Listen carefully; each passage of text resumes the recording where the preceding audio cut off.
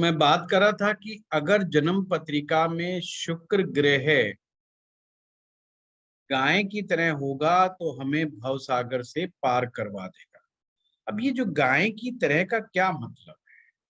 इसका सिंपल मतलब ये बनता है कि अगर जन्म पत्रिका में आपका शुक्र अकेला बैठा हुआ है और किसी भी पाप ग्रह से या शत्रु ग्रह से पीड़ित नहीं है या किसी अन्य ग्रह से टक्कर नहीं खा रहा, कोई भी उसको आठवीं टक्कर अगर नहीं खा रहा है, तो आपकी कुंडली में बैठा हुआ शुक्र गाय के समान है।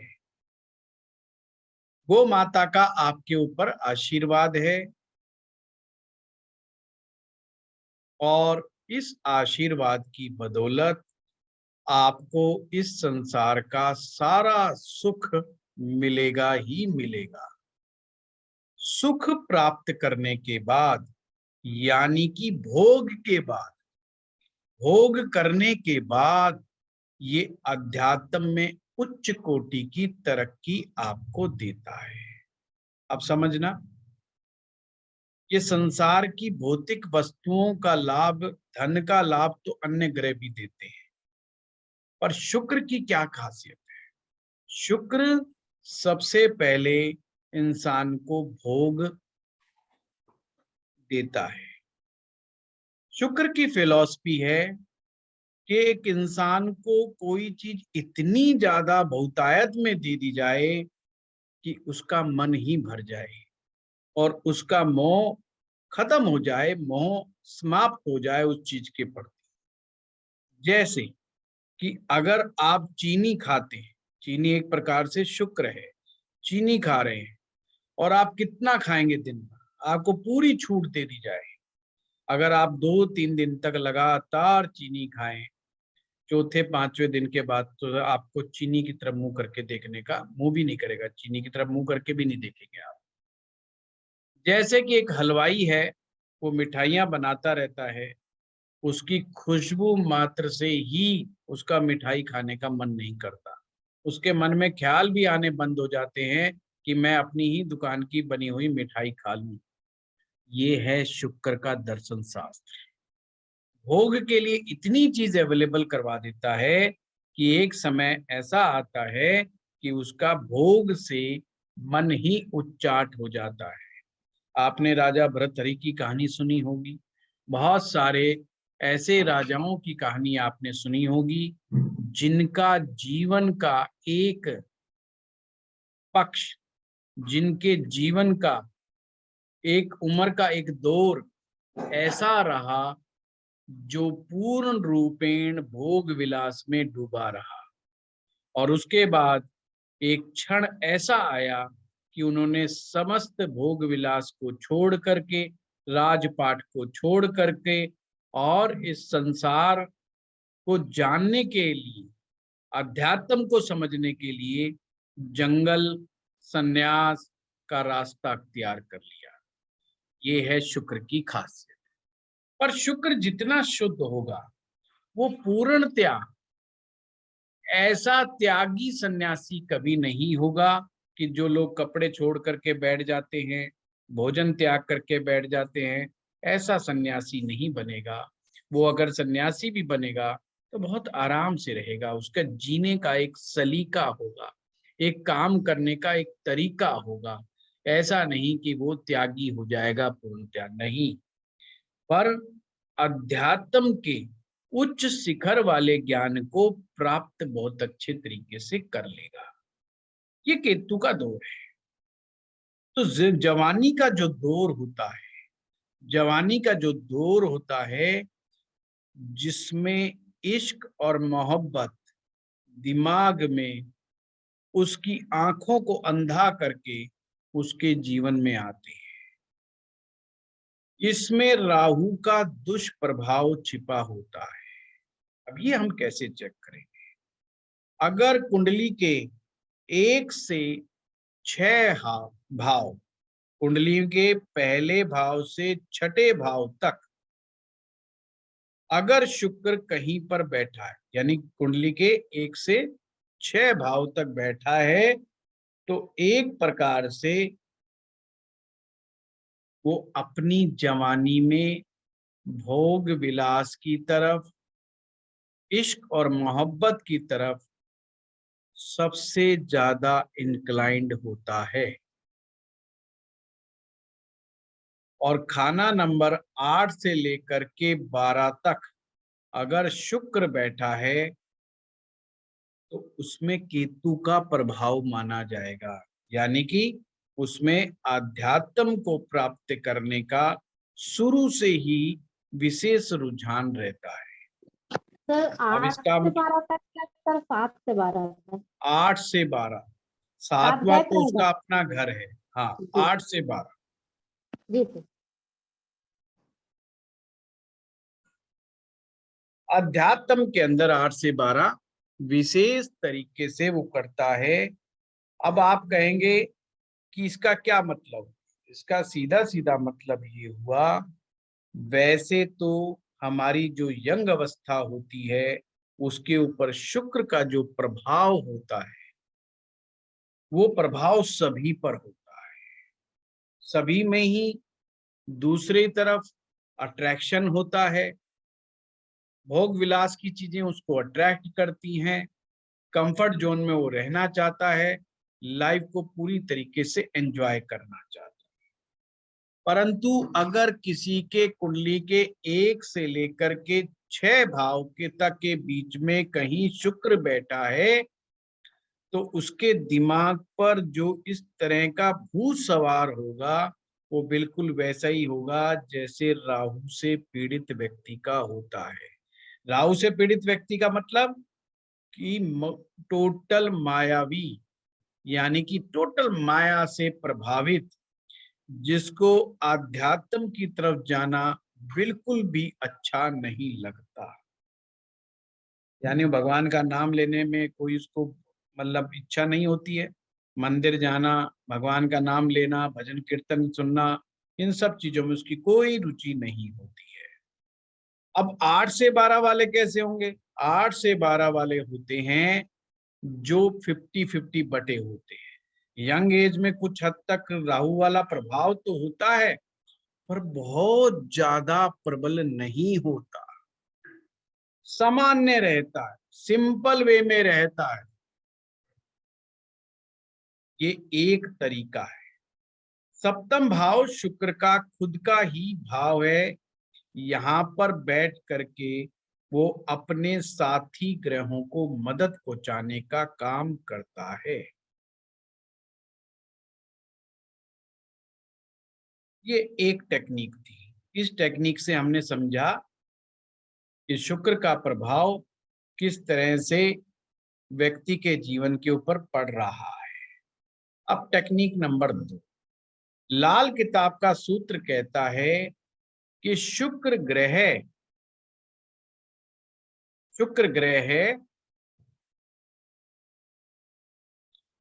बुध ग्रह से आगे होना चाहिए। शुक्र ग्रह बुध ग्रह से आगे होना चाहिए, तो शुक्र को उम्दा माना जाएगा, यानी कि शुक्र को अच्छा माना जाएगा। फिर इंटरनेट में गड़बड़ आ रही है।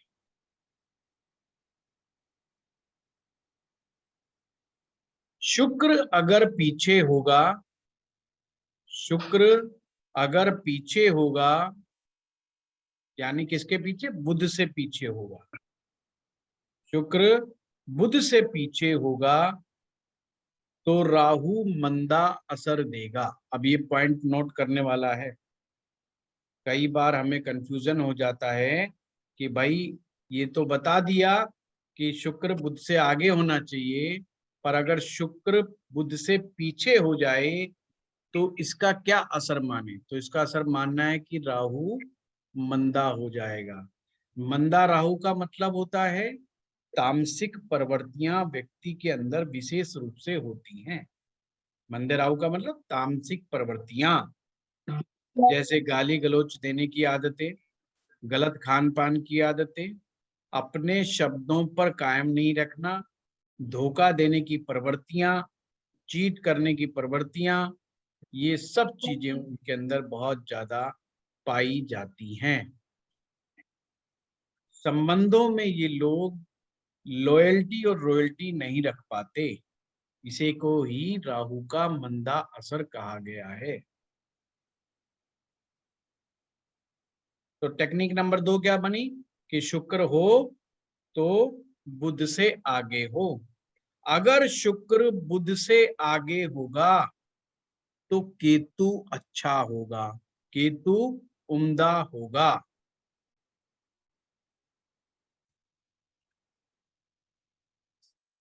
और यहाँ पर के दो भाग हो गए। एक तो ये बताया गया है कि अगर शुक्र बुध से पीछे होगा तो राहु खराब मानो, मंदा मानो। अगर शुक्र बुध से आगे होगा तो केतु अच्छा मानो। केतु अच्छा का तात्पर्य यहाँ पर यह है जबान का पक्का, मालिक का वफादार। मालिक का वफादार, केतु को कुत्ता भी कहा गया है, यानी कि कुत्ते की तरह उसे दरवेश कहा गया है। पहरेदार, वफादार, स्वामी भक्ति निभाने वाला, अपने शब्दों पर कायम रहने वाला, अच्छी सोच का मालिक, उसे केतु कहा गया है। तो जो लोग केतु के अच्छे प्रभाव में होते हैं वो अपने शादीशुदा संबंधों में गड़बड़ियां नहीं करते। इसको रूल मत मान लेना, इसमें क्लॉज भी है मिक्स। इस नियम को केवल चंद्र तोड़ेगा। इस नियम को केवल चंद्र तोड़ेगा। कौन सा चंद्र? खराब चंद्रमा। ये ऐसा नहीं सर है। आपने जो लास्ट बोला एक बार रिपीट कर दीजिए ना, छूट गया थोड़ा सा। कहाँ से छूटा है वो बताइए मुझे थोड़ा। वो ये किया ना आपने, बोला ना वीनस अच्छा होगा तो केतु अच्छा रिजल्ट देगा, उसके बाद अच्छा आपने अच्छा, क्या मैं बोला? दोबारा बता देता हूँ। वीनस अच्छा होगा तो केतु अच्छा होगा ये नहीं बोला मैंने, मैं दोबारा बताता हूँ। उम्दा होगा केतु। मैंने ये बोला है अगर शुक्र बुध ग्रह से आगे होगा, हाँ यानी हाँ, वो सब भाव लिख के गया। अंदर आगे होगा, हम्म तो केतु उम्दा होगा, यानी केतु हम्म ग्रह अच्छा होगा। हम्म केतु अच्छा का मतलब वो रिलेशनशिप के अंदर अपनी रॉयल्टी और हम्म लॉयल्टी दोनों को कायम करके रखेगा। पर यहाँ पर शर्त एक है कि इस चीज को खराब कौन कर सकता है? चंद्रमा इस चीज को बिगाड़ सकता है। यानी कि अगर खराब चंद्रमा होगा तो वो ऐसे शुक्र को भी खराब करने की ताकत रखता है। अब अगर किसी की कुंडली में, इसका मतलब मैं समझा रहा हूं, अगर किसी व्यक्ति की कुंडली में शुक्र बुध से आगे हो और उसका एक्स्ट्रा मैरिटल अफेयर चल जाए चंद्रमा की इन्वॉल्वमेंट के कारण, तो ज्यादा लंबे समय तक नहीं चलता, वो पकड़ा जाता है, बहुत जल्दी पकड़ा जाता है। ये भी मैं बता, वो ऐसा शख्स बहुत जल्दी पकड़ा जाता है, फिर हाथ पैर जोड़ने के अलावा उसके बाद कोई ऑप्शन नहीं होता है। कई बार तो जूते भी खा जाता है, कई तरह के विवाद खड़े हो जाते हैं, तो चंद्रमा उसको फंसा सकता है। तो उन्हें ऐसे लोगों को सावधान। पर इसके विपरीत अगर बुध आगे है शुक्र से तो ये खोपड़ी हो जाती है फिर राहु प्रधान। तो ये कई बार पकड़ में नहीं आते, 7-7 साल तक, 8-8 साल तक, 10-10 साल तक भी नहीं पकड़ में आते कई। और लाल किताब और वैदिक ज्योतिष में एक बहुत बड़ा अंतर है। वैदिक ज्योतिष बताती है कब, क्या और कैसे होगा। कब, क्या और कैसे होगा। लाल किताब बताती है कैसे होना चाहिए और कैसे करना चाहिए। सर यानी एक कि क्वेश्चन। लाल किताब आपको उद्देश्य देती है कि हमें अपने जीवन के किसी पक्ष को किस तरह से जीना चाहिए, चाहे कुंडली में ग्रह स्थिति कैसी भी क्यों ना हो। अब यहाँ पर लाल किताब एक बात कहती है कि अपने चाल चलन को नहीं बिगाड़ना, एक्स्ट्रा मैरिटल अफेयर रखने से शुक्र खराब होगा। आपने सुना होगा शुक्र के पास एक ही आंख है, यानी काना है, एक आंख से देख पाता है, और जो एक आंख है वो भी शनि ग्रह की दी हुई है, यानी शनि ग्रह ने एक आंख दी हुई है शुक्र को।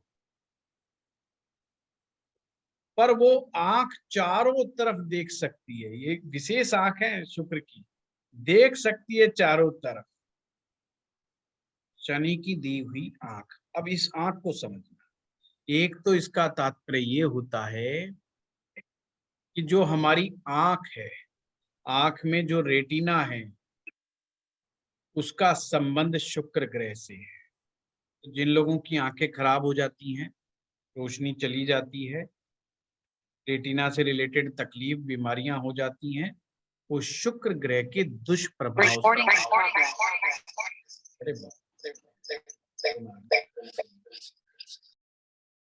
ठीक है, थैंक यू। तो शुक्र ग्रह के दुष्प्रभाव की वजह से होती है।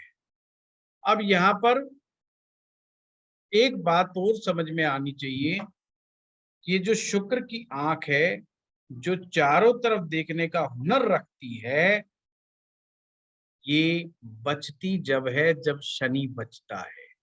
यानी कि अगर कुंडली में शनि अच्छा होगा तो ये शुक्र की आंख बची रहेगी। और चारों तरफ देखने से मतलब ये है, आप अच्छी तरह समझ जाते हैं कि वो हर चीज का मुआयना करने में सक्षम होता है। शुक्र एक जोशीला ग्रह है, शुक्र एक चमकीला ग्रह है, और जीवन के आनंद में ही अपना आनंद समझता है। लाइफ जीने का मतलब ही उसकी निगाह में जीवन को आनंदित तरीके से जीना है। जो जमीन होती है, जमीन वो मंगल है, जमीन जो है वो मंगल है, जो उपजाऊ मिट्टी है, जमीन के ऊपर की जो मिट्टी है वो शुक्र की मिट्टी है। जमीन के जो नीचे है, जमीन की जो गहराई वाला पार्ट है, जमीन के जो नीचे है, वहां पे शनि का वास है। अब समझना, सूरज ऊपर से गर्मी दे रहा है, टकरा किस पे रहा है, रेत के ऊपर टकरा रहा है। समझना, सूरज की गर्मी जब भी पड़ती है तो रेत के ऊपर पड़ती है, और जो रेत है, ये जो मिट्टी है, ये जो मिट्टी शुक्र है, और इसके नीचे का जो पार्ट है वो शनि है। सूर्य और शनि में दोनों में आपस में झगड़ा है, सूर्य और शनि में आपस में झगड़ा है। दोनों के झगड़े में शुक्र मारा जाता है।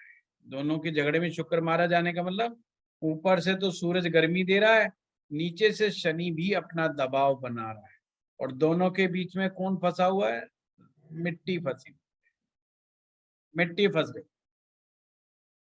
अब जब इस मिट्टी को ऐसे निकालते हैं, हम उठाते हैं, जो मिट्टी का जो टुकड़ा, ढेर, डेरा, मिट्टी का ढेला, कुछ भी आप कह लो, जब निकालते हैं तो दो टुकड़ों में बट जाता है।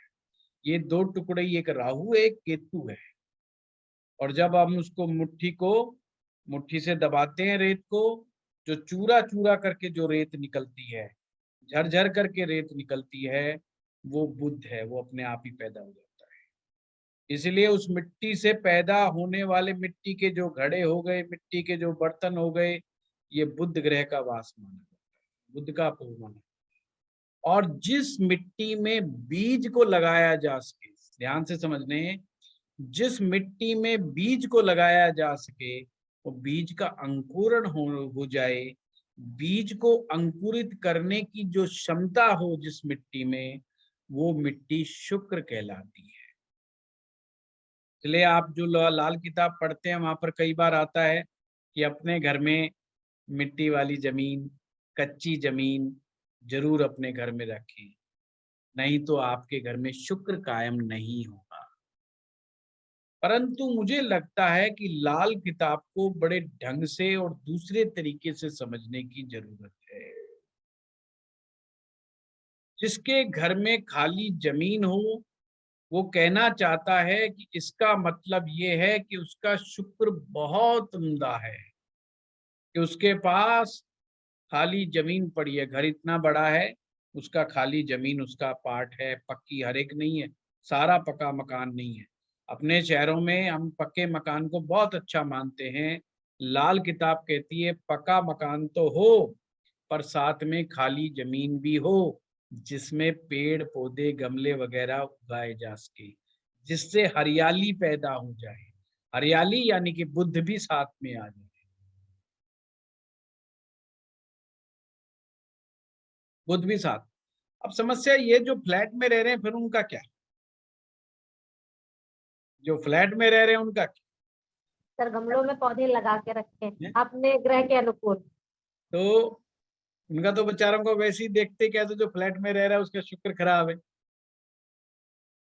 फ्लैट में रहने इसका वालों का तात्पर्य शुक्र खराब होता है, ऐसा नहीं है। इसका तात्पर्य ये होता है कि शुक्र ग्रह जितना उम्दा होगा, उतना आप में जमीन को, खास करके उपजाऊ जमीन को खरीदने की ताकत बढ़ेगी।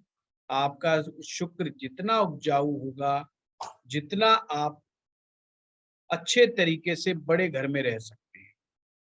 जो लोग फार्म हाउस में रहते हैं, जो लोग फार्म हाउस में रहते हैं, उनका शुक्र उम्दा मिलता है। अब ये उम्दा शुक्र की पहचान क्या है?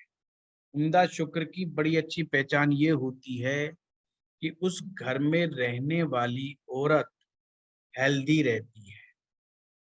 अगर घर में की औरत को अगर घर की औरत को सिस्ट की प्रॉब्लम, फैब्रॉइड बनने की प्रॉब्लम, यूट्रस से रिलेटेड प्रॉब्लम, डायबिटीज की प्रॉब्लम, ब्लड प्रेशर से रिलेटेड तकलीफ, औरत को नींद ना आना, मानसिक विकार, इमोशनल हर्टेड फील करना, इमोशनली हर्टेड फील करना, रिलेशनशिप के अंदर आनंद का अनुभव ना होना, मुंह का स्वाद का चला जाना, अंगूठे का ढंग से काम ना करना, ये सभी कमजोर शुक्र की निशानी है। अब इसके दो कारण बताए गए। या तो आपके घर में अग्निकोण दुष्प्रभाव में है, यानी कि साउथ ईस्ट की डायरेक्शन में कोई ना कोई गड़बड़ है आपके घर में, या आपकी कुंडली के अंदर शुक्र ग्रह दुष्प्रभाव में फंसा हुआ है, यानी कि कमजोर है।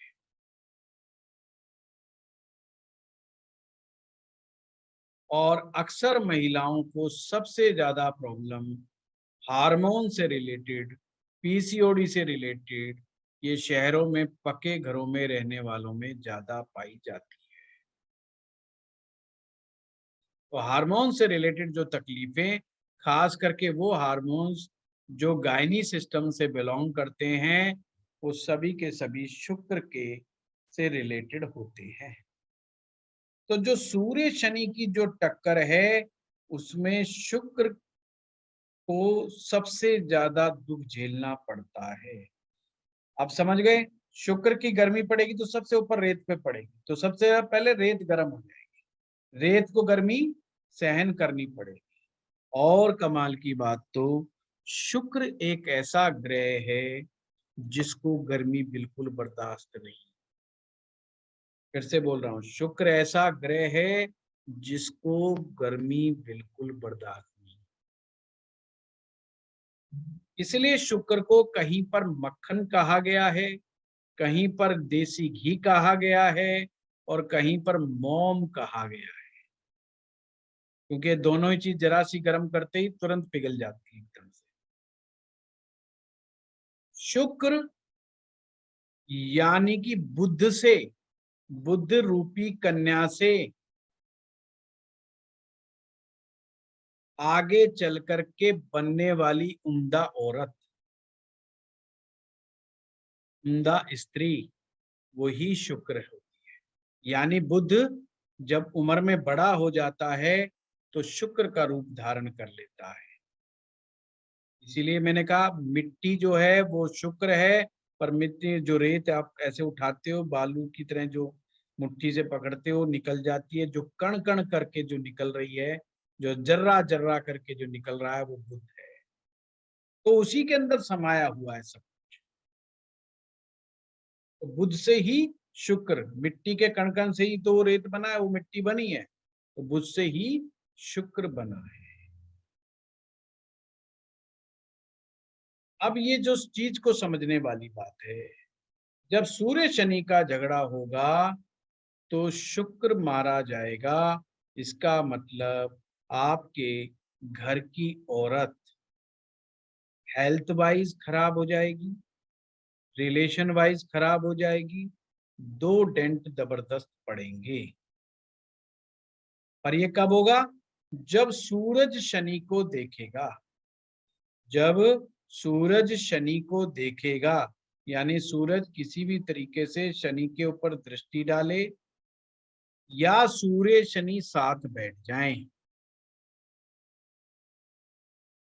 अब सूरज और शनि अगर साथ बैठ जाएंगे तो ये शुक्र क्यों मारा गया? अभी मैंने आपको समझाया था कि शुक्र तो इस बात पे, शुक्र की जो एक आंख है वो जब तक ही सही सलामत है जब तक शनि ग्रह सही सलामत है। जैसे ही सूर्य शनि को डेंट मारता है तो एक प्रकार से शुक्र की आंख खत्म हो जाती है, और वो जो चारों तरफ देखने का जो उसकी ताकत है, हिम्मत है, वो सारी टूट जाती है। तो शुक्र बिना आंख के नहीं रह सकता।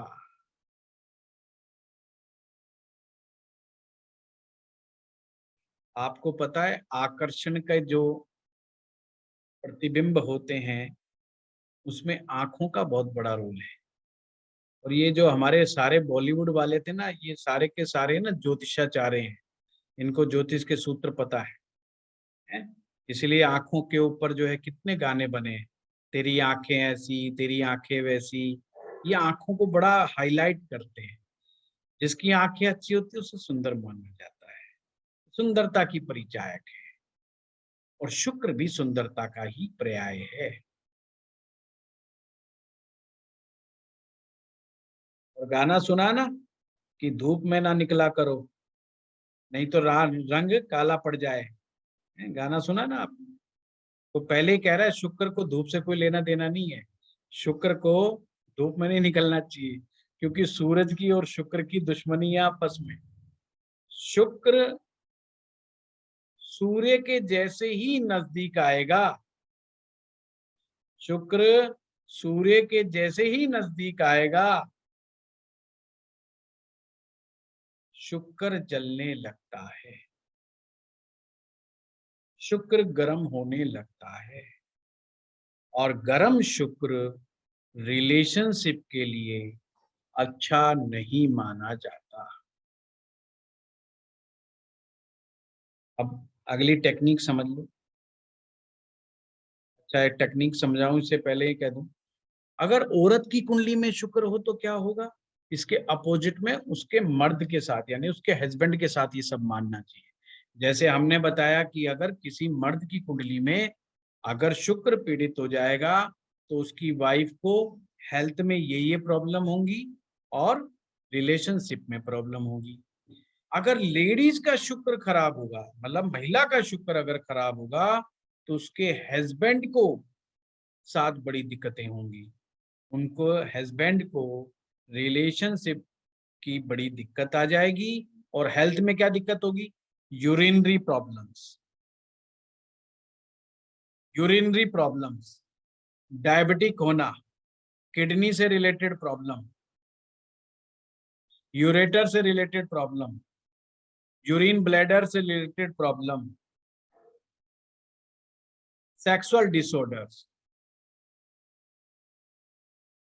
समझना, लाल किताब क्या कहती है? औरत के लिए शुक्र मर्द है और मर्द के लिए शुक्र औरत है। वैदिक में हम लोग अलग अलग करके देखते हैं, पर यहाँ पर रिलेशनशिप का ग्रह और स्पाउस का ग्रह एक ही है, वो है आपका शुक्र। क्लियर हुआ? लता जी कुछ कह रहे हैं? हाँ सर, मैं ये पूछ रही थी, मतलब मान लो अगर किसी लेडी की कुंडली में शुक्र बहुत अच्छा है और उसके हस्बैंड का शुक्र अच्छा नहीं है, तो उस लेडी को फिर ये सब गायनोलॉजिकल ये सब प्रॉब्लम आएगी, डायबिटीज होगी, सब होएगा ना? बिल्कुल बिल्कुल। देखो, अच्छा। या तो वो बार बार इमोशनली हर्ट फील करेगी, परिवार की किसी भी बात को लेके, परिवारजनों की सदस्यों की बात को लेकर के वो इमोशनली बहुत हर्ट फील करेगी। मैंने उसके अंदर क्योंकि शुक्र का संबंध इमोशन से है, ये बड़ा ध्यान रखना।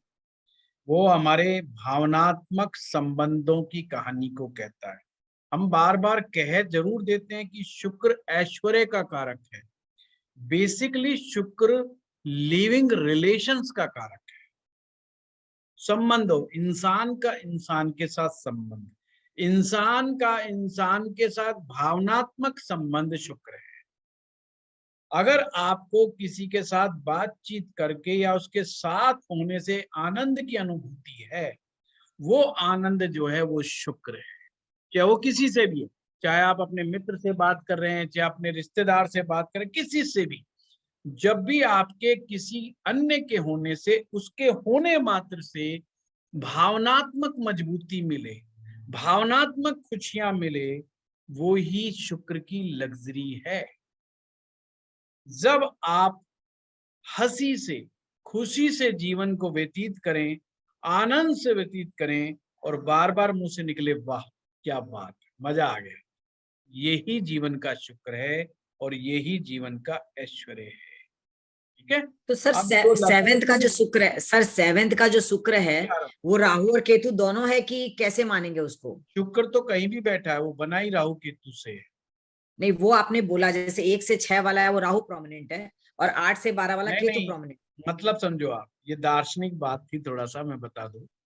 इसका मतलब ये नहीं कि वो उसमें शो राहु आगे, राहु केतु तो शुक्र कहीं भी बैठा है, वो बना ही दो टुकड़ों से, उसको अलग करके नहीं देखा जा सकता। पहली बात तो मैं आप लोगों को क्लियर कर दूं।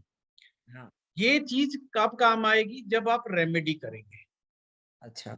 मैंने बताया था 1 से 6 तक जब शुक्र होगा तो उसकी जवानी इस तरह की होगी, उसकी जवानी में भूत सवार होगा, प्रेम का, मोहब्बत का, आशिकी का, और उसको कुछ नहीं सूझेगा। कुछ नहीं सूझेगा मतलब समझ लो आप, ऐसा व्यक्ति को दिमाग में ऊंच नीच, गरीब अमीर कुछ समझ में नहीं आएगा। उसको सब मतलब होगा रिलेशन बनाने से, मोहब्बत से, जिसे लाल किताब अंधी मोहब्बत कहती है, कि वो कहीं पर भी जाकर के रिलेशन बनाने के लिए आतुर रहेगा, क्वालिटी कॉन्शियस नहीं होगा। राहु बेसिकली क्वालिटी कॉन्शियस नहीं है, वो कहीं पर जहां उसका मन लग गया, वो संबंध जायज है कि नाजायज है, उस बात की परवाह नहीं करेगा। इसीलिए इस बात को राहु जैसा कहा गया है। अच्छा। इसीलिए समझाने का एक तरीका है कि लाल किताब का अपना वे है। एक्चुअली में लाल किताब बहुत डेप्थफुल है, और इसको है ना, ये 45 दिन 50 दिन में पूरी होने वाली 2-3 साल का सिलेबस है कि एक एक श्लोक को डिकोड किया जाए। पर राहु प्रधान जनता है तो बहुत ज्यादा पेशेंस नहीं है, तो उसमें करना बड़ा टफ है। It's very tough. एक तो सारे ज्ञानी हैं और ऊपर से फिर बड़ा भारी समस्या आ जाती है। पर मेरा जो मानना ये है कि इसमें it will take long time. जैसे मैंने एक शब्द कह दिया, इसी में हम लोग कंफ्यूज हो रहे हैं, हमें कंफ्यूज नहीं होना, ये उसके समझाने का तरीका है। 8 से 12 इसका सीधा सीधा मतलब है कि अब उसकी जवानी बूढ़े जैसी है। बूढ़े जैसी जवानी का मतलब क्या है? दूसरों तो को उसका नसीहत देने वाला, ना ना, दूसरों को अच्छा। नसीहत देने वाला। अच्छा। वो लोग जो कहें लव मैरिज अच्छी नहीं है, क्यों अच्छी नहीं है? क्योंकि उन्होंने नहीं की। करेक्ट। समझ रहे हो बात? ये इश्क मोहब्बत बहुत खराब चीज है। इससे जीवन खराब होता है। क्यों होता है? क्योंकि उनका हुआ नहीं, हुआ तो कभी चला नहीं। बूढ़ों की तरह नसीहत देने वाला, जो काम खुद नहीं कर पाया जीवन में, उसका विरोध कर देना।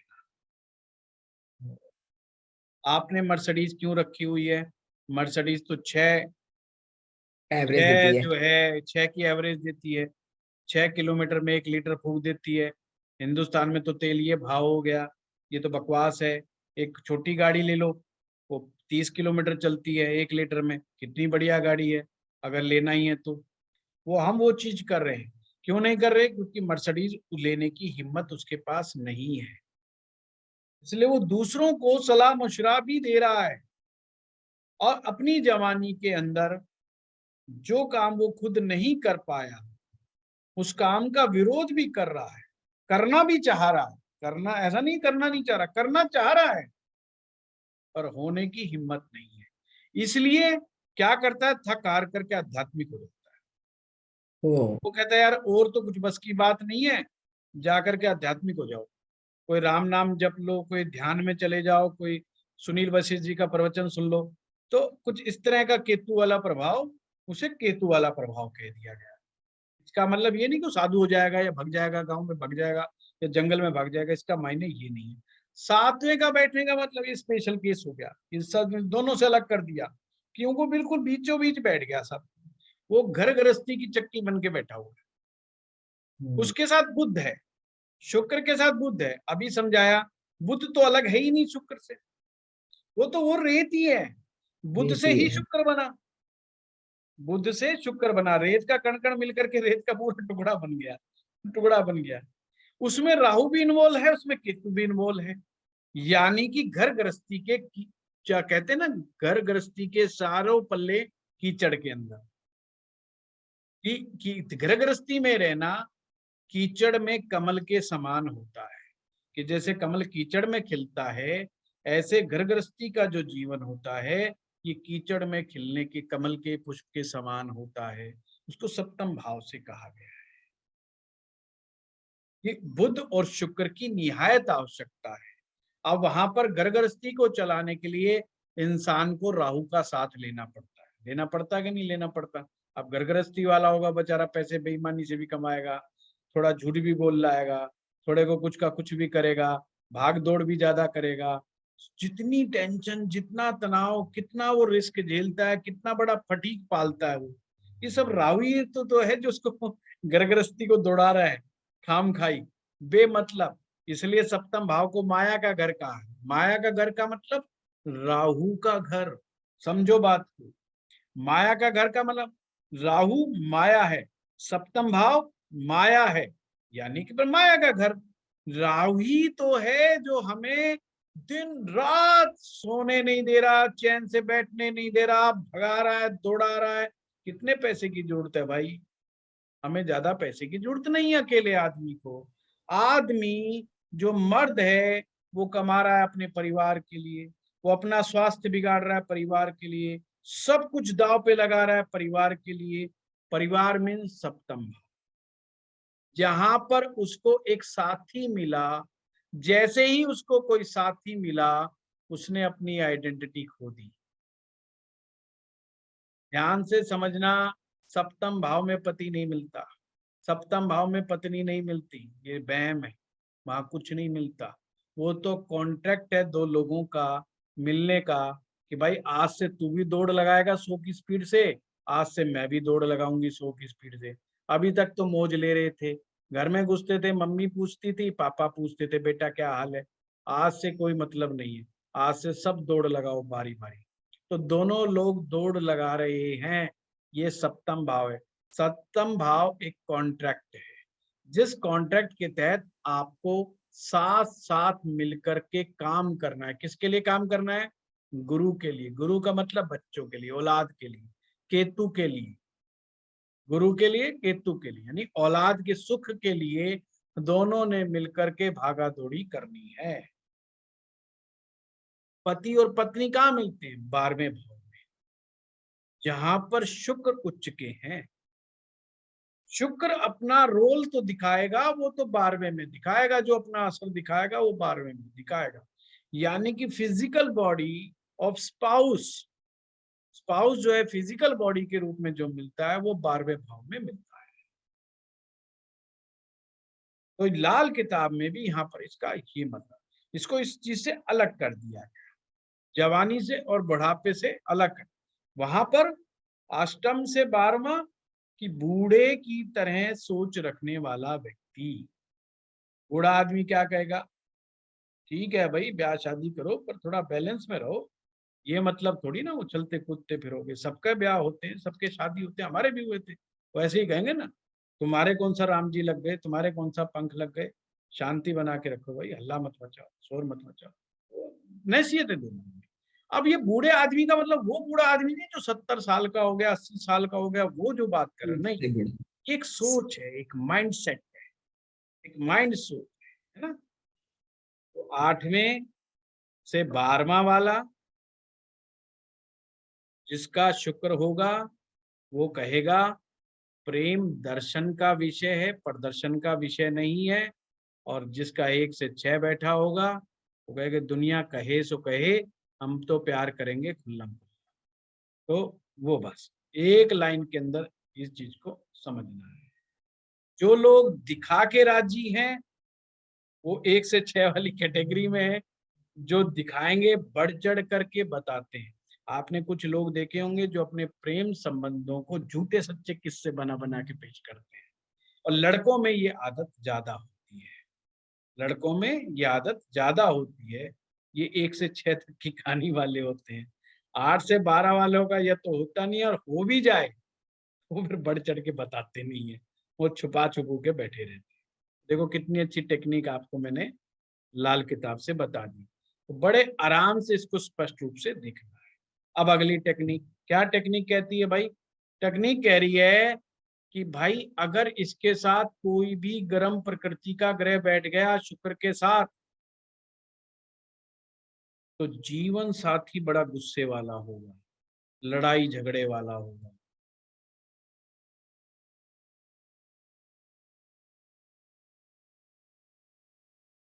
जैसे कि शुक्र के साथ सूर्य बैठ जाए, शुक्र के साथ मंगल बैठ जाए, शुक्र के साथ केतु बैठ जाए, ये 3 ग्रह गर्म प्रकृति के ग्रह हैं। तीनों की गर्मी को समझ लो। सूरज की गर्मी बड़ी पॉजिटिव है, हमारे लिए बहुत जरूरी है सूरज की गर्मी। मंगल की आग ये बड़ी विध्वंसक है, गड़बड़ है। अगर इसको कंट्रोल में रखा तो वेरी बेनिफिशियल, बहुत ही बेनिफिशियल है, बहुत लाभदायक है मंगल की अग्नि। अगर अनकंट्रोल्ड हुई तो सबको जला करके तबाह कर देगी ये मंगल की अग्नि। केतु अनलिमिटेड, कोई लिमिट ही नहीं, कोई कंट्रोल भी नहीं किया जा सकता, इट्स नॉट गुड।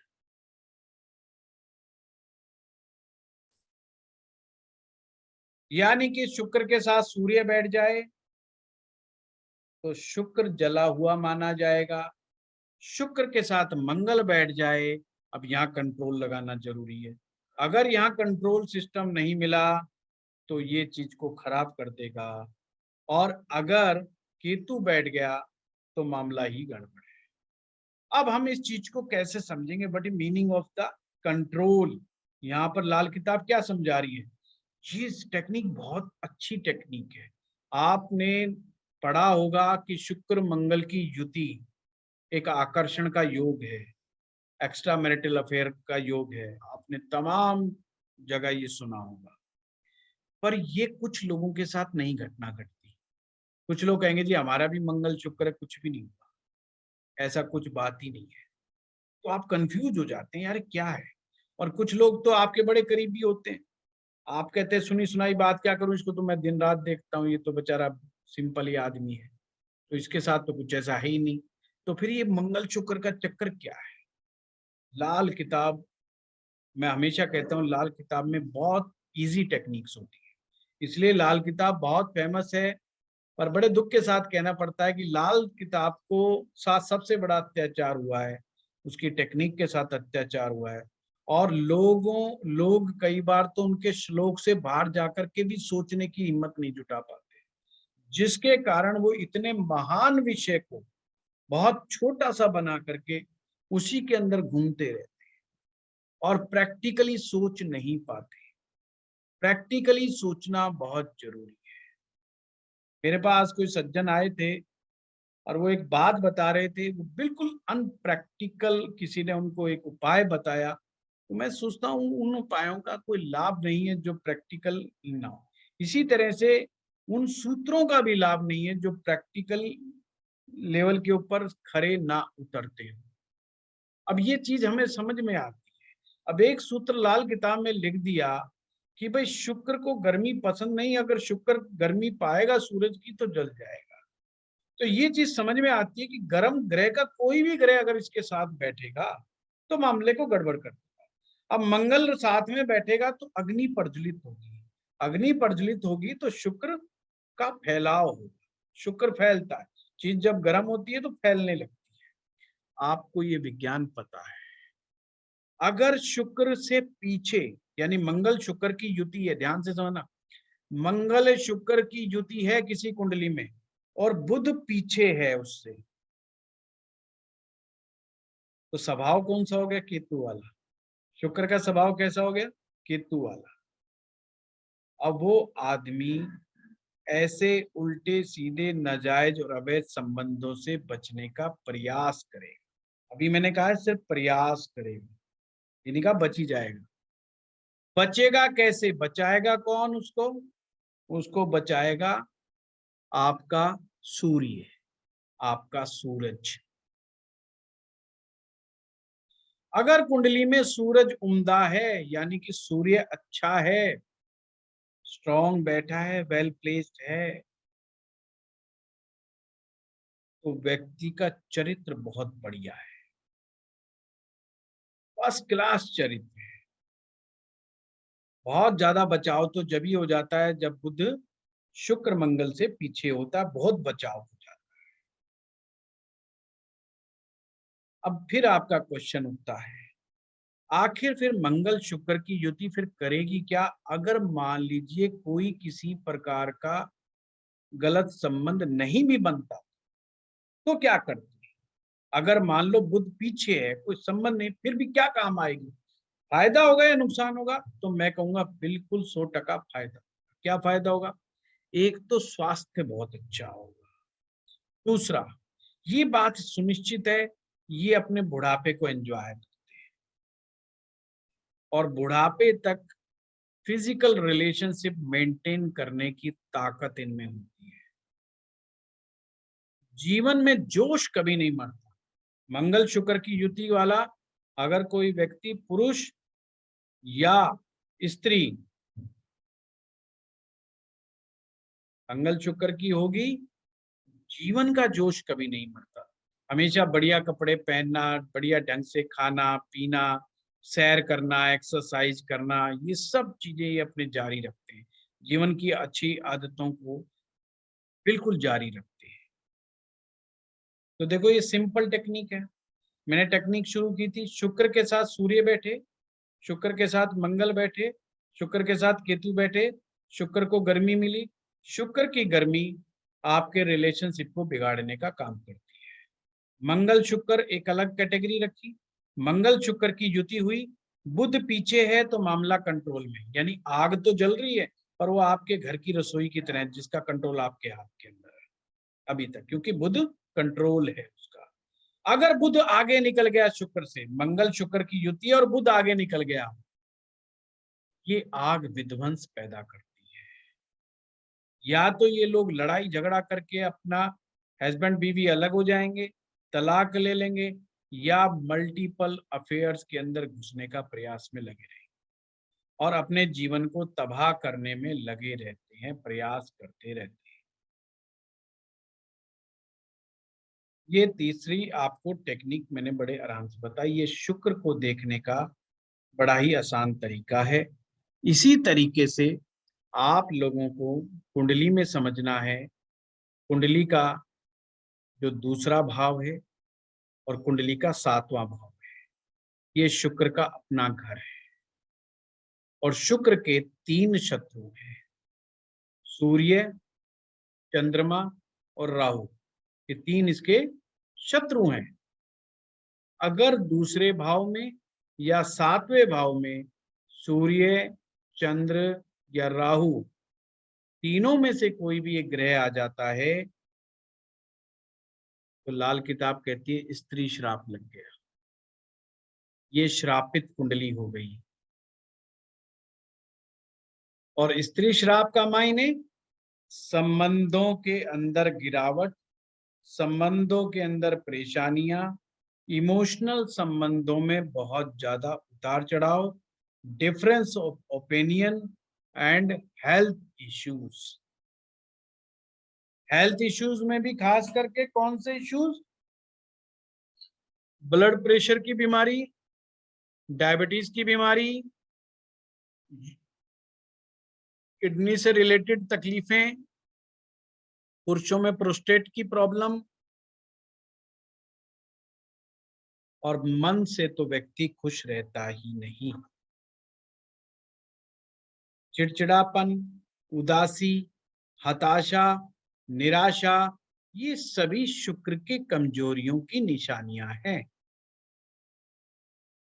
यानी कि कुंडली में सूर्य दूसरे या 7वें भाव में हो या चंद्रमा हो या राहु हो, एक प्रकार से शुक्र को डेंट मारते हैं। सॉरी सर, एक चीज पूछनी थी मैंने, इंटरप्ट कर रहा हूँ आपको मैं। राहु तो इसी से बना है, मतलब शुक्र तो राहु से ही राहुल बना है, तो अभी फिर अभी उससे राहुल अभी इंटरप्ट नहीं करोगे ना, बंद कर लो इसको।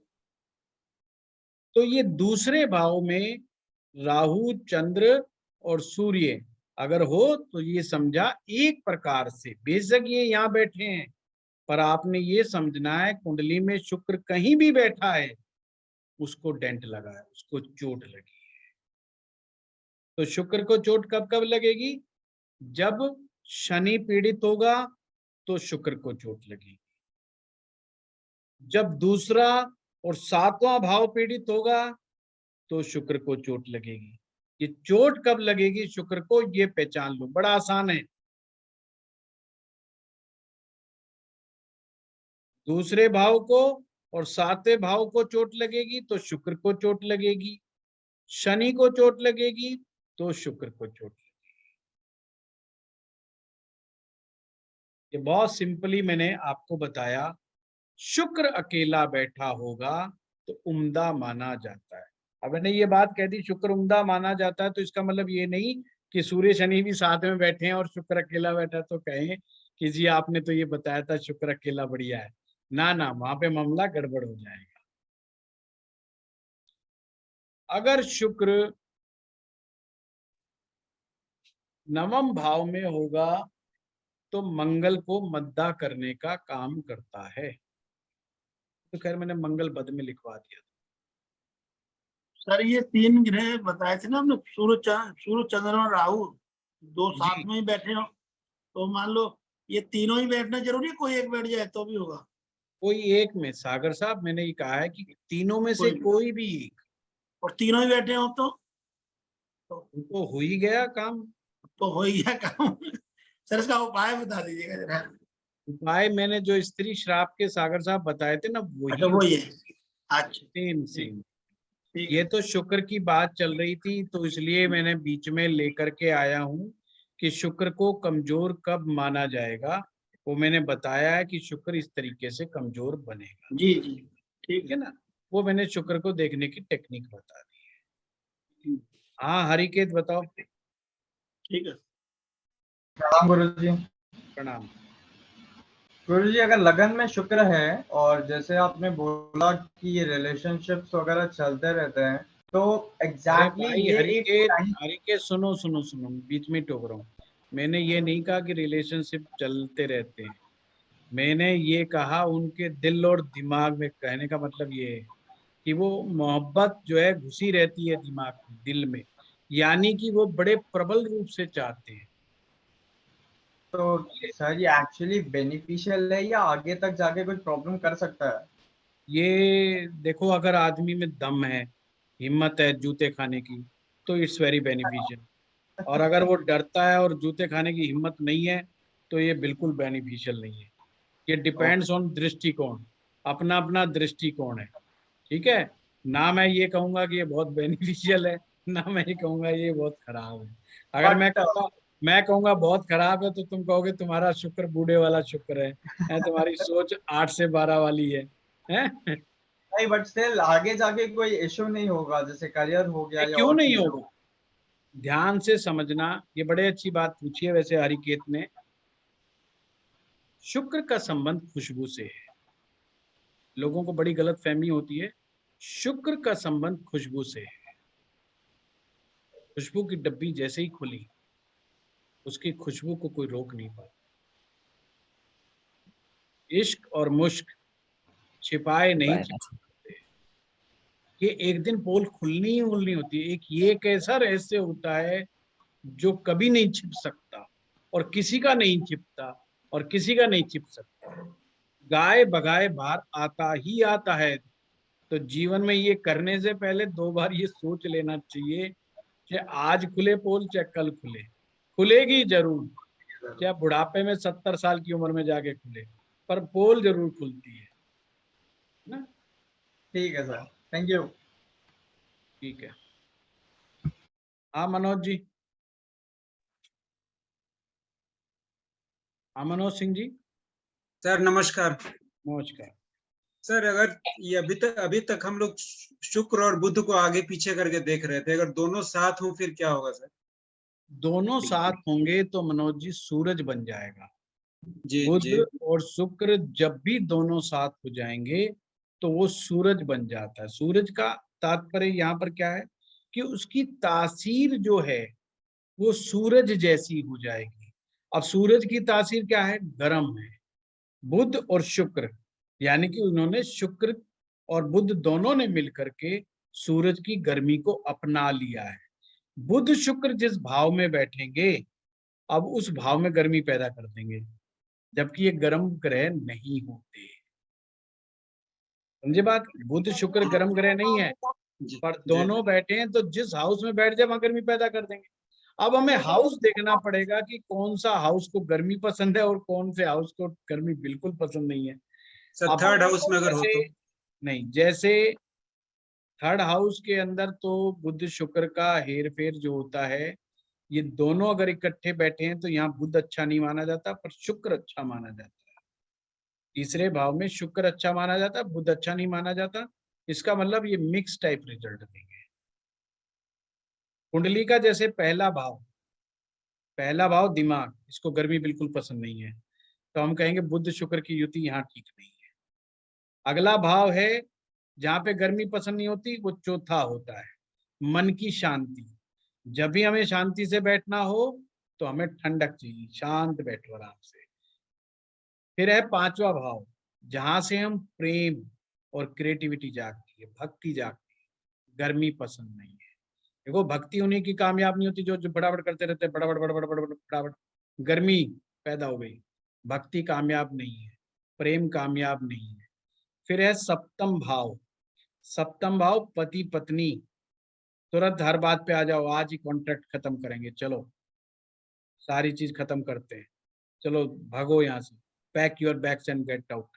गर्मी सप्तम भाव में बिल्कुल बर्दाश्त नहीं। सप्तम भाव में बुध शुक्र अच्छे नहीं। फिर कहाँ गर्मी बर्दाश्त नहीं? धर्म के क्षेत्र में, धर्म के क्षेत्र में गर्मी बर्दाश्त नहीं, वो भी भाव अच्छा नहीं बनता। यानी नवम भाव में बुध शुक्र बैठ जाएं तो वो भी अच्छा नहीं है। बाकी ये सर कहीं जा अष्टम का भी बताया। बाकी ये सर कहीं अष्टम का जाके भी। बैठ हैं। सर बुध शुक्र अगर अष्टम में बैठे तो कैसा प्रभाव रहेगा? बुध शुक्र के 8वें में बैठने से दोनों बेचारे परेशान हो जाते हैं। बुध भी परेशान, शुक्र भी परेशान, परंतु भाव परेशान नहीं होता, भाव खुश हो जाता है। यानी कि अष्टम भाव तो खुश हो जाता है, परंतु बुध शुक्र खुद दुखी हो जाते हैं। अष्टम भाव को क्यों रखता है? हाँ, अष्टम भाव को खुशी वही मिलती तो है। अष्टम भाव तो जब भी खुश हो जाता है जब उसको कोई भी शुभ ग्रह मिल जाता है। शुभ ग्रह जैसे ही अष्टम भाव को मिलता है उसको कहते हैं मौज हुई, पर वो खुद परेशान। बुध और शुक्र दोनों अपनी जगह पे परेशान हो जाते हाँ, बुध शुक्र दोनों ही परेशान। वो कहते हैं कहाँ अंधेरे वाले कमरे में आ गए हैं, दोनों को ही पसंद नहीं अंधेरा। ना बुध को पसंद है ना शुक्र को पसंद है। तो अंधेरे वाले कमरे में आ जाने से मामला गड़बड़। पर मैंने बताया बुध शुक्र की युति के लिए ये जो भाव हैं जो मैंने बताए आप लोगों को, ये वो भाव हैं जिनको गर्मी बिल्कुल पसंद नहीं है। यहाँ पर कोई भी गर्म प्रकृति का ग्रह आ जाए, किसी भी गर्म रूप में आ जाएगा, वो अच्छा नहीं माना जाता। हाँ तो सर भरत। फिफ्थ हाउस तो खुद सूर्य का हाउस होता है। हाँ फिर भी इसलिए सूरज अगर किसी का सौग्रही होगा, उसका बेचारे का ना तो अफेयर होगा और ना अगर हो गया गलती से चलेगा, सामने वाली पार्टी छोड़ के भाग जाएगी। अगर सूरज सौग्रही हो गया या सूरज उच्च का पंचम भाव में बैठा है तो ये ध्यान से समझ लेंगे। गरम है ना, गरम को पसंद नहीं, मामले गड़बड़। भाई आप जरा सा ऊंचा बोल जाओगे, सामने वाली पार्टी छोड़ के भाग जाएगी। ये लिव एंड रिलेशनशिप वो चल रहे ना, वो 99% फेल है। 90% नहीं, 99% फेल है। और वही 1% पास है जहाँ दबाव है पीछे से, या तो लड़के का दबाव तगड़ा है कि लड़की का दबाव तगड़ा है, तो वो शादी में कन्वर्ट हो जाएगा, बाकी नहीं। क्योंकि दोनों पार्टी आजाद है और कोई ना कोई तो जरूर जरा सा गर्मी दिखाएगा। जो भी गर्मी दिखाएगा दूसरे वाली पार्टी गायब। हाँ भरत जोशी जी। हेलो, आवाज आ रहा है सर? हाँ जी, हाँ जी। सर जी, वो कल जरा मेरा एक क्वेश्चन रह गया था। कल जो बुध के बारे में आपने जो डिस्कस किया था कि जब भी जन्म कुंडली में बुध अकेला है तो उसका वो देखना जरूरी है कि भाई वो किस ग्रह का फल दे रहा है। लेकिन वर्ष कुंडली में जब भी बुध अकेला है और 12वें हाउस में है तो उस वक्त क्या वो देखना जरूरी है क्या कि भाई वो किसका फल दे रहा है? देखिए, जो बुध का भेद है वो वर्षफल में भी देखना है और अपने D1 में भी। आज ही अच्छा। शायद मेरे से कोई मिलने आए थे, नाम भूल गया मैं, और मैं उनसे भी आज ये डिस्कस कर रहा था। आप D1 चार्ट यानी कि मेन कुंडली को इग्नोर कर ही नहीं सकते। वर्षफल तो बाद का विषय है, सबसे पहले अपना मेन चार्ट बढ़ाए। इसको अपन किसी भी रूप में इग्नोर नहीं कर सकते। उसी के रेफरेंस पॉइंट को लेकर के, यानी कि मेन चार्ट के रेफरेंस पॉइंट को लेकर के जो है हम वर्षफल को हिसाब किताब लगाते हैं। जैसे आज मैं ये समझा रहा था, किसी व्यक्ति का अगर कोई ग्रह उच्च का है, कहाँ पर, मेन चार्ट में, और वर्षफल में वो ग्रह नीच का हो जाता है, जैसे कि किसी का शनि उच्च का है और वर्षफल में वो शनि पहले भाव में आ जाता है, तो इसका तात्पर्य ये नहीं कि आप शनि को दबा देंगे या शनि को बर्बाद कर देंगे कि साहब वर्षफल का नीच का आ गया, इसको दबा दो। नहीं, बिल्कुल नहीं करना। उसका ट्रीटमेंट दूसरे तरीके से होगा, क्योंकि रेफरेंस पॉइंट हमने कभी भी इग्नोर नहीं करना अपने मेन चार्ट। जो लाल किताब का सूत्र है कि उच्च के ग्रहों को कमजोर नहीं करना, उच्च के ग्रहों का दान नहीं करना, उच्च के ग्रहों को कमजोर नहीं करना, उच्च के ग्रहों को दबाना नहीं है, तो आपने उस सिद्धांत को मानना है जब तक कि वो कोई बहुत बड़ा सीरियस हेल्थ इश्यू ना दे दे। उससे पहले बिना लक्षण के उसके साथ वो ट्रीटमेंट करना है।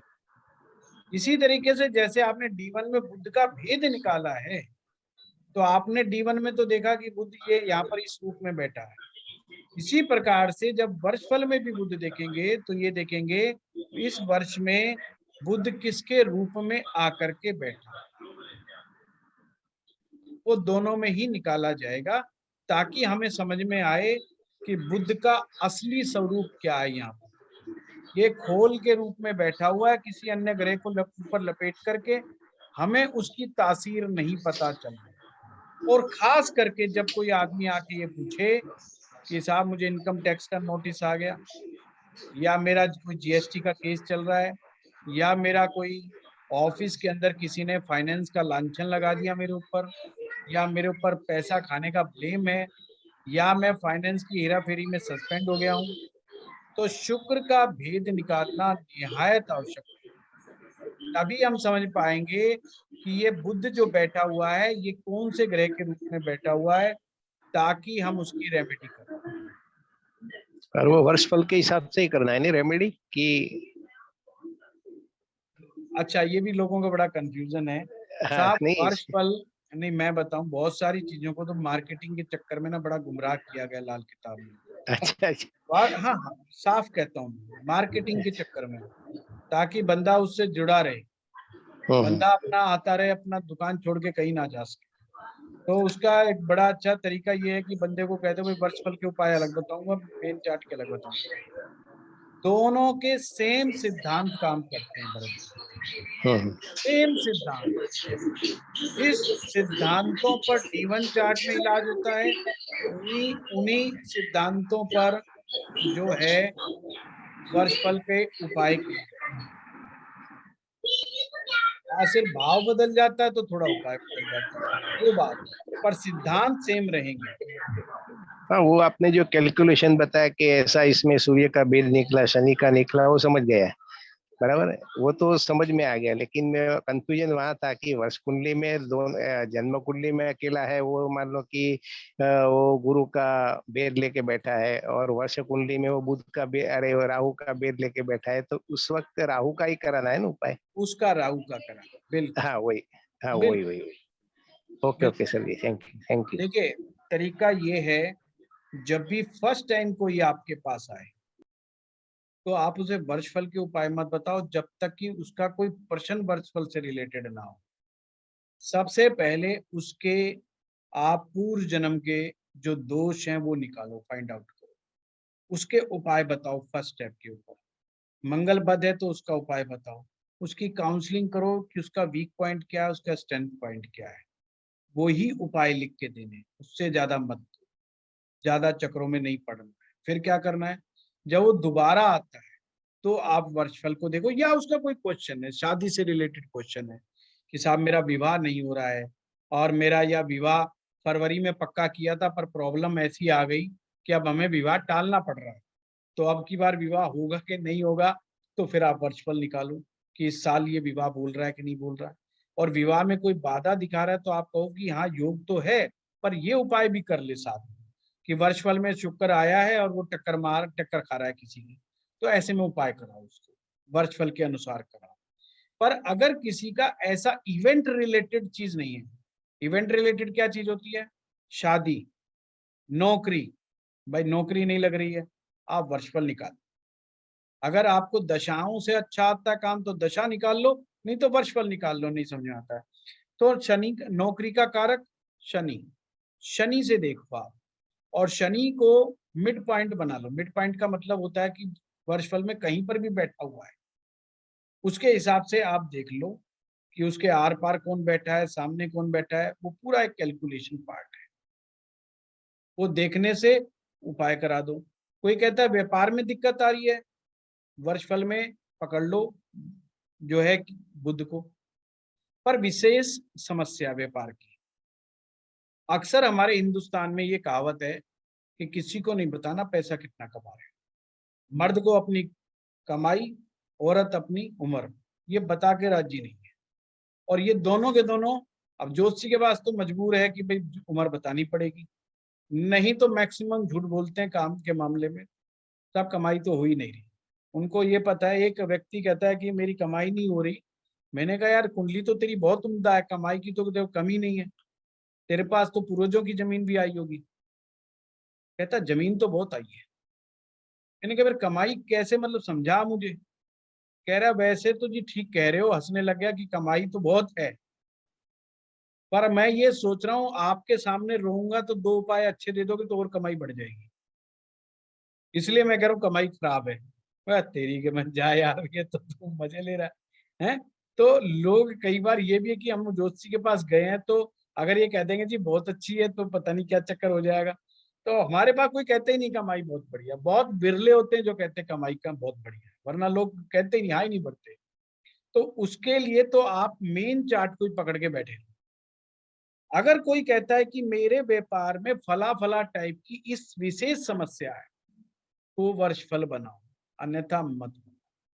D1 में अगर वो प्रॉब्लम पकड़ में आ रही है आपको तो आप D1 से ही उसका इलाज करने की कोशिश करो, है ना। तो मेरे पास एक व्यक्ति का फोन आया, कहते हैं जी मैं बड़ा विद्वान हूँ और मेरे को सारी लाल किताब आती है। मैंने कहा तो बताइए आप मुझसे क्या मदद चाहते हैं।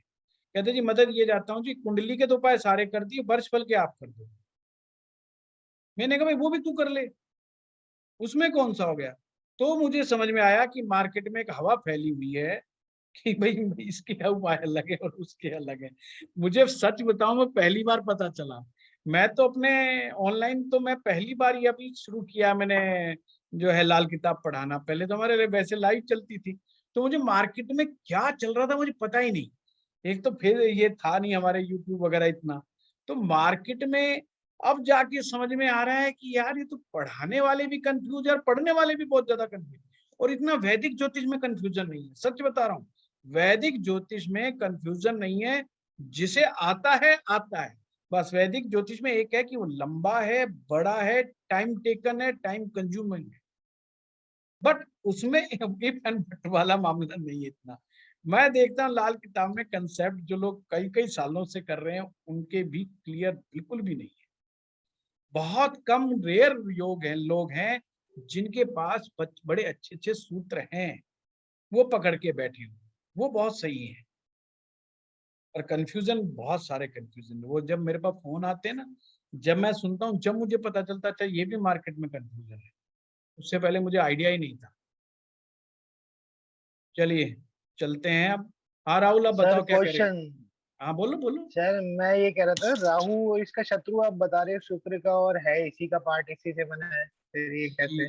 जी जी जी, कभी कभी अपने भी पराये हो जाते हैं। और राहु की फिलॉसफी यही है कि अपनों को पराया, परायों को अपना समझता है। अच्छा। राहु की फिलॉसफी क्या है? अपनों को पराया, परायों को अपना समझता है। तो इसलिए वो शुक्र से लड़ पड़ता है। अच्छा। हाँ सर। सर ये ऑटो शुक्र इम्यून बुध। डिसीजेस सुना है ना? बड़े हाँ काम जी। की बात बता रहा हूँ, auto immune diseases. Auto immune disease का मतलब ही यही है कि अपनी जो कोशिका अपनी ही कोशिका को मारने लग जाती है, अपनी साथी दोस्तों को ही मारने लग जाती है। और ये ऑटो इम्यून डिसीज उन्हीं को होती है जिनको शुक्र की प्रॉब्लम होती है। ये सूत्र समझा दिए। सर ये एक सवाल था सर। हाँ जी। सर जैसे किसी का अगर शुक्र बुध से आगे है और किसी शत्रु ग्रह के साथ नहीं है, लेकिन फिर भी अगर वो छठवें भाव में है या 8वें भाव में है, तो क्या तब भी कमजोर माना जाएगा या उसमें कोई स्ट्रेंथ उसने गेन कर ली है ऐसी स्थिति में? कौन साहब बोल रहे हैं? सर मनमोहन बोल रहा हूँ सर। हाँ मनमोहन जी, क्या कह रहे हैं आप?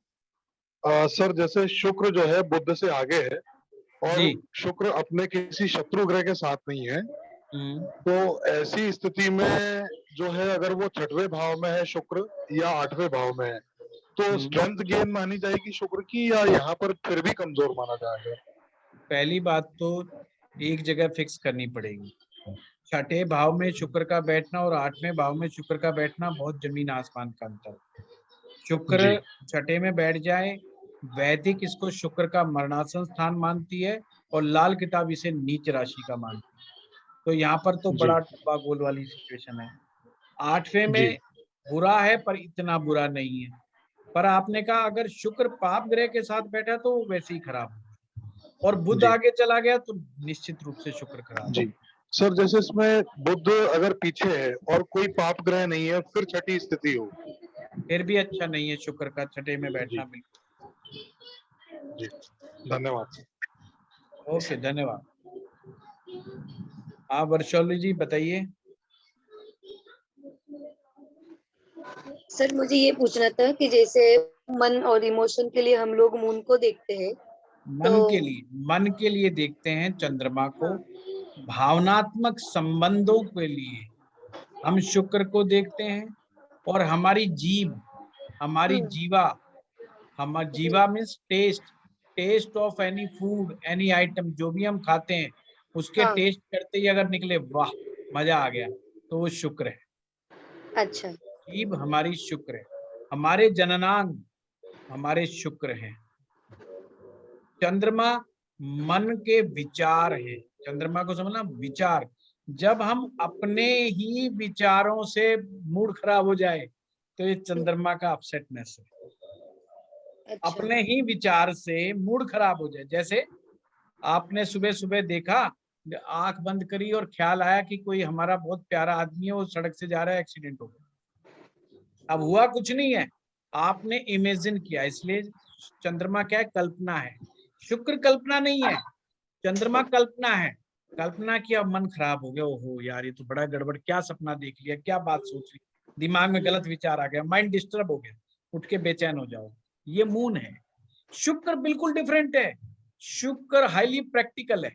वो कहता है खाना कैसा है, बोला पहले चखाओ तो बताऊं।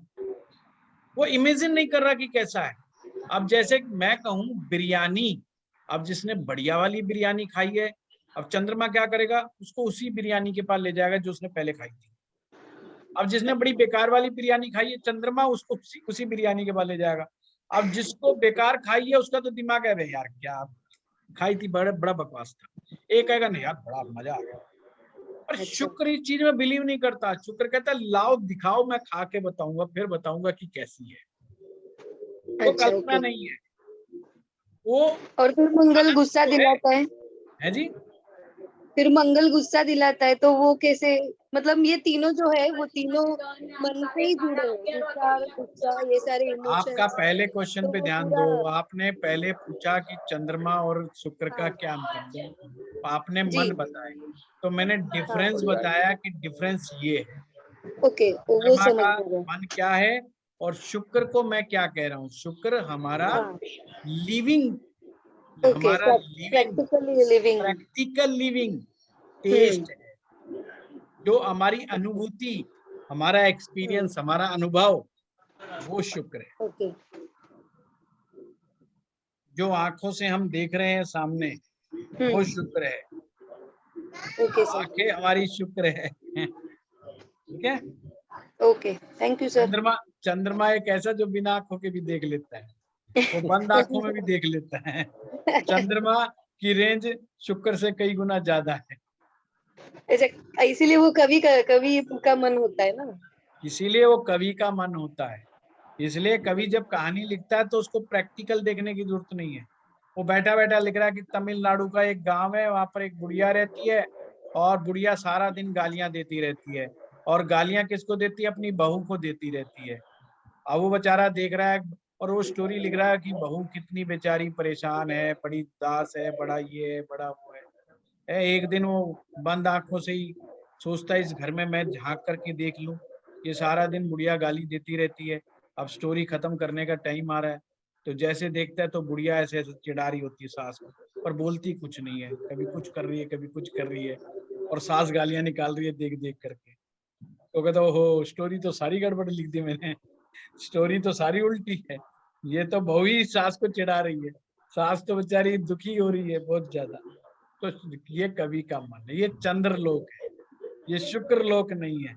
शुक्रलोक वही है जब आप पिकनिक मनाने जाते हैं, आप नजारे देखते हैं, वाह ये ऋषिकेश है, ये स्विट्जरलैंड है, ये पेरिस है, वो शुक्र है। वो इमेजिन नहीं कर रहा, वो जो है वो देख रहा है। उसको अगर अच्छा एहसास होगा अच्छा बोलेगा, बुरा एहसास होगा तो बुरा। ठीक है। हाँ संजीव बताइए आप। तो गुरुजी शुक्र राहु का कॉम्बिनेशन भी ऐसा ही होगा? अच्छा अपना नहीं है, बिल्कुल बेकार है, बिल्कुल बेकार। नहीं, अपने पराये पराये अपने। बिल्कुल ऐसा ही है। ठीक। हाँ गुरुपदा जी। बंद है अभी आप। सर नमस्कार। नमस्कार सर, मेरे को एक क्वेश्चन का आंसर चाहिए।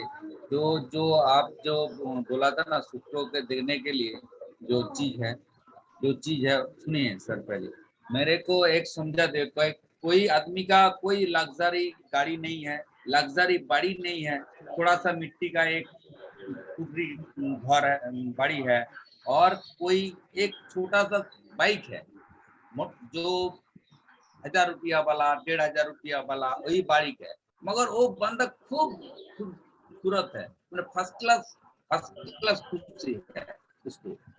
तो उसको के लिए शुक्र कहा क्या करना पड़ेगा, समझा मेरे क्वेश्चन? अगर आप कह रहे हैं कि व्यक्ति खुश है, आनंदित है, तो समझो उसका शुक्र अच्छा है। पहली बात तो चीज क्लियर कर, मैं फिर से क्लियर कर रहा हूँ, मैटेरियलिस्टिक चीजें देने का काम शनि का है, शुक्र का नहीं है।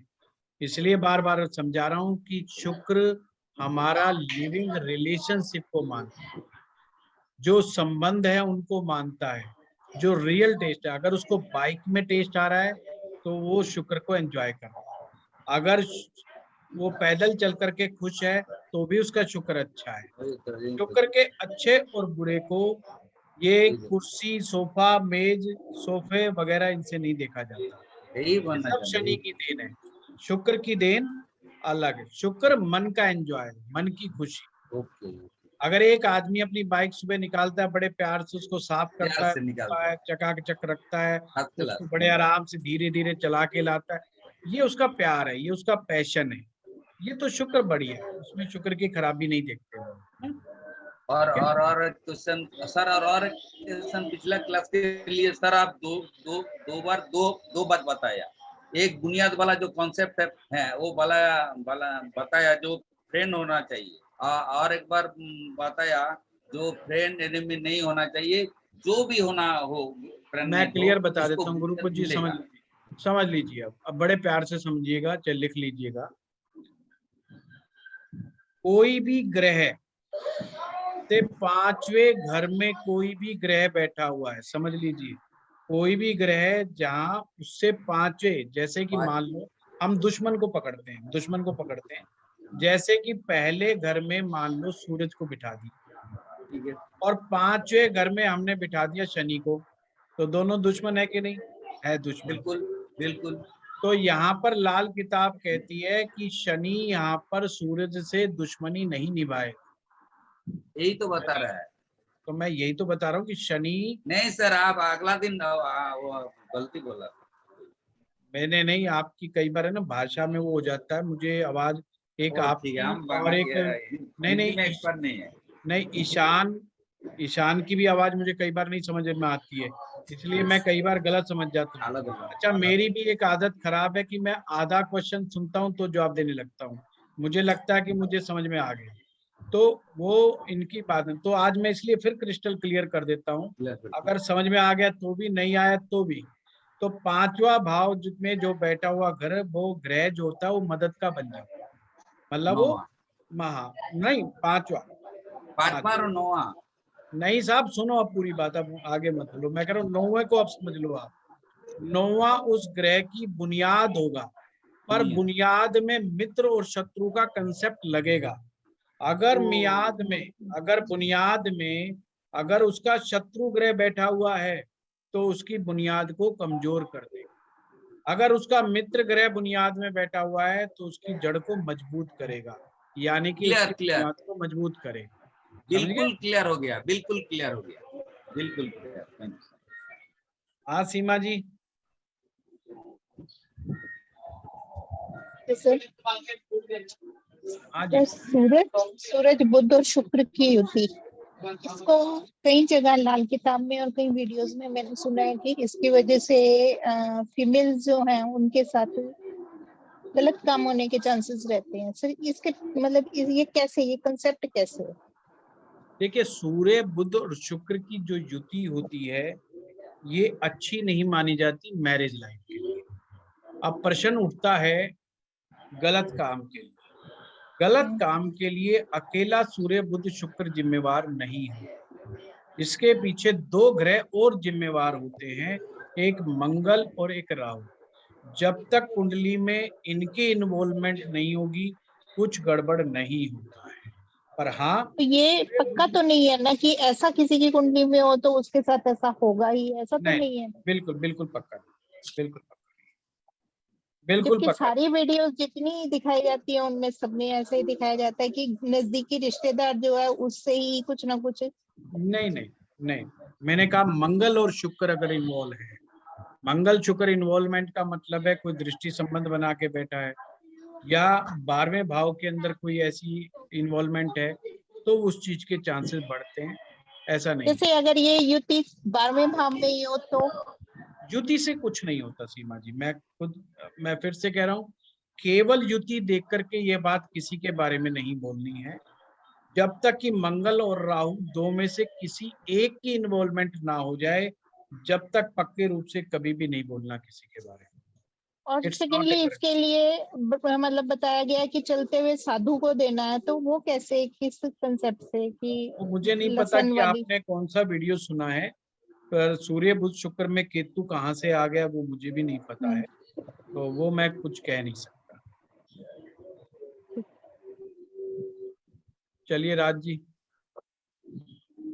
इसमें एक सवाल था कि जैसे एग्जांपल है कि बुध सूर्य से पीछे है, और सॉरी वीनस से पीछे है, वीनस 8वें घर में है, तो 3 घर पीछे हो गया, तो इसमें तो वीनस की बुध की नाल बन गई, लाइक वो एक अच्छा कॉम्बिनेशन बन गया। लेकिन इसके साथ ही अगर सूर्य और शनि साथ में बैठे हैं, 7वें में, बुध के साथ में बैठे हैं, नहीं, सूर्य और शनि साथ में एक साथ 7वें घर में है, हाँ, और तो कोई बात नहीं। वीनस के साथ मंगल है 8वें में, हाँ, तो इसका तो ओवरऑल प्रश्न इफेक्ट क्या है? नहीं ओवरऑल मत नहीं, पूछो, तो इस प्रश्न एक पूछो तरफ तो मुझसे नहीं, कि प्रश्न नाल ये का है कि एक तरफ तो वीनस अच्छा माना जाएगा, लाइक वीनस के रिजल्ट अच्छे माने क्योंकि बुध की नाल बनी। बिल्कुल नहीं मानेंगे, बिल्कुल नहीं अच्छा। मानेंगे राज जी। पहली बात तो शुक्र 8वें में बैठा है। ओके। अगर शुक्र को दो तरह से देखना, एक तो हमारे को देखना है रिलेशनशिप के बिहार में, शुक्र रिलेशनशिप के मामले में कैसा है कैसा। एक है शुक्र को देखना है मन की खुशी के, मतलब हम एंजॉय लाइफ को कितना करते हैं। ठीक है। अगर हम रिलेशनशिप के लिए देखेंगे शुक्र 8वें को, तो किसी भी सूरत में वो अच्छा नहीं है। रिलेशनशिप में प्रॉब्लमेटिक है ही है, चाहे वो अकेला बैठा है शुक्र 8वें में, चाहे उसके साथ मंगल बैठा है, या कोई भी XYZ कुछ भी बैठा है। अब प्रश्न उठता है, बुध ने नाल बना ली। बुध नाल अगर बना रहा है तो ये कह रहा है कि भाई मैं मेरी ताकत भी तुझको देता हूं। बुध की ताकत क्या? दिमागी। उसकी ताकत ये है कि भाई अपन जो दिमाग लगा के पैसा कमाएंगे ना, उस पैसे से एंजॉय करेंगे, अपने पर लग्जरी का हर सामान रखेंगे, अपन को जो खाने को मन करेगा वो खाने को खाएंगे, जो पीने को मन करेगा पिएंगे। यह है बुध की नाल का कंसेप्ट। अगर बुध की नाल नहीं बनती है तो इसका मतलब ये है कि शुक्र यहाँ पर बैठ करके बेचारा मन से भी दुखी है, तन से भी दुखी है, और रिलेशनशिप से भी दुखी है। सिंपल। ठीक है, ठीक है। हाँ लता जी। ठीक है। सर मेरा एक क्वेश्चन था, जैसे अपने लोग जो आगे पीछे का कॉन्सेप्ट पकड़ते हैं, मान लीजिए किसी की कुंडली में 3rd हाउस में वीनस और मार्स है, तो वीनस और लेकिन 12 में बुध है, तो डिग्री वाइज नक्षत्र वाइज मैं देखती हूँ तो बुध से आगे डिग्री वाइज शुक्र नहीं आता है। देखना, डिग्री भी नहीं देखनी, नक्षत्र भी नहीं देखना लता जी। हाँ, तो 12वां और तीसरा में बुध को पीछे ही पकड़ेंगे ना, पहले से नहीं, इतना दूर हो सकता है क्या? हो ही नहीं सकता ना, मैं वही तो पकड़ा रहा हूँ इनको, हो ही नहीं वर्षफल सकता में हो लता जाएगा, जी। वर्षफल में हो जाएगा। वर्षफल की कह रहे हो क्या? वर्षफल में नहीं, जन्म कुंडली में है, 12वें तो फिर में 3rd हाउस से आगे जा ही नहीं शुक्र आ ही सकता, नहीं सकता, जा ही फिर नहीं आ सकता। लता जी, जा ही नहीं सकता। दोबारा नहीं, 42 सर, डिग्री से ऊपर, 42 गलती डिग्री हो से रही है बहुत बार कहीं ना देख- कहीं। ना नहीं, ना लग्न में मतलब सर, लग्न में सूर्य है, 12वें में बुध है, तीसरे में शुक्र और मंगल है। ये गलती हो रही है कहीं ना कहीं। वो नहीं एफ में एफ मैरिज में गड़बड़ी है मैम, वो कहीं ना 42 नहीं, डिग्री से आगे नहीं हो सकता। सारी तरह से मैंने कुंडली बनाई है, वो 45 वैसे ही है डिग्री से जन्म आगे बढ़ता ही नहीं है। बट है सर, बुध 12वें में शनि के साथ है, केतु के साथ है, चलो लग्न दोबारा में देखना, हो सकता है वो सूर्य 0 है। डिग्री या किसी का वो कुछ हो रहा केपी चार्ट में हो देख सकता। लेंगे, केपी चार्ट में, केपी चार्ट में। हाँ, तो आपको इसमें डिटेल हम शेयर ना करना बुध मैम। से आगे ही मानेंगे ना शुक्र को, बुध आगे है शुक्र से, अगर 12वें में पकड़े तो। हाँ हाँ बिल्कुल बिल्कुल, पहले भाव से काउंट करना है, तब तो बुध आगे पहले हो भाव गया। से काउंट करना है, तो बुध आगे है, क्योंकि आपका जहाँ पे शुक्र है उससे आगे गिनेंगे तो बुध तो आगे है ना, और 12 के बाद मामला खत्म, फिर तो 1 आ जाएगा, फिर तो चक्कर ही खत्म हो गया। तो आपने ऐसे ही गिनना है, 1 2 3 से ही गिनना है जब भी आगे पीछे गिनना। मैं सर ये आपको इसलिए बोल रही हूँ कि बुध शुक्र सूर्य पास पास ही होते हैं, तो जब 12वां और तीसरे का जब आएगा ना, तो मेरे हिसाब से ये बुध पीछे माना जाएगा। और कुंडली का कैरेक्टरिस्टिक भी देखती हूँ तो बुध और शुक्र का जो रिजल्ट आ रहा है वो पीछे का ही आ रहा है, कि शुक्र आगे या बुध पीछे। मैं तो खुद मानू लता जी, पहले तो मैं इस चीज को मानने को तैयार नहीं, हो सकता है कि उसमें बुध 29 डिग्री का हो, कोई हो, हाँ, फिर भी मैं तो हाइपोथेटिकल क्वेश्चन का जवाब दे रहा हूँ कि अगर देखना भी हो तो भाई ऐसे देखो। हाँ, क्योंकि वो चलित में भी लग्न में आ जाता है, तो मेरी ख्याल में वो आगे ही माना जाएगा। हो शुक्र सकता आगे है उसमें सूर्य 28 डिग्री या 29 डिग्री का पल पड़ रहा हो, है ना, वो जो है लास्ट डिग्रियों में होंगे, तो इसलिए वो हाँ, तीसरे खाने इसीलिए। तक पहुंचने में कहीं ना कहीं कामयाब हो रहे होंगे, वरना फिर भी आई हैव डाउट। ठीक है, ठीक है। ओके, हाँ, मैंने चार्ट आपको दिखाई थी सर, आप एक बार रीचेक करिएगा ना प्लीज। चलो मैं रीचेक करता हूँ। हाँ हाँ हाँ। सर एक छोटा सा क्वेश्चन था जी, जैसे भाई जाने ये भी दो वीनस मुझे। है, राहु नहीं, बड़ा छोटा सा कंसेप्ट है हाँ सर। वीनस जैसे आपका राहु और केतु से बनता है, मरकरी आपका जुपिटर राहु से बनता है, और अगर वीनस और मरकरी इकट्ठे हो, क्या हम ये इंटरप्रेट कर सकते हैं कि जुपिटर केतु और राहु इकट्ठे हो गए? ना ना, अच्छा, उनको पैक मनसुई के हिसाब से कंसेप्ट नहीं लेके चल सकते। ठीक है सर। Thank you sir.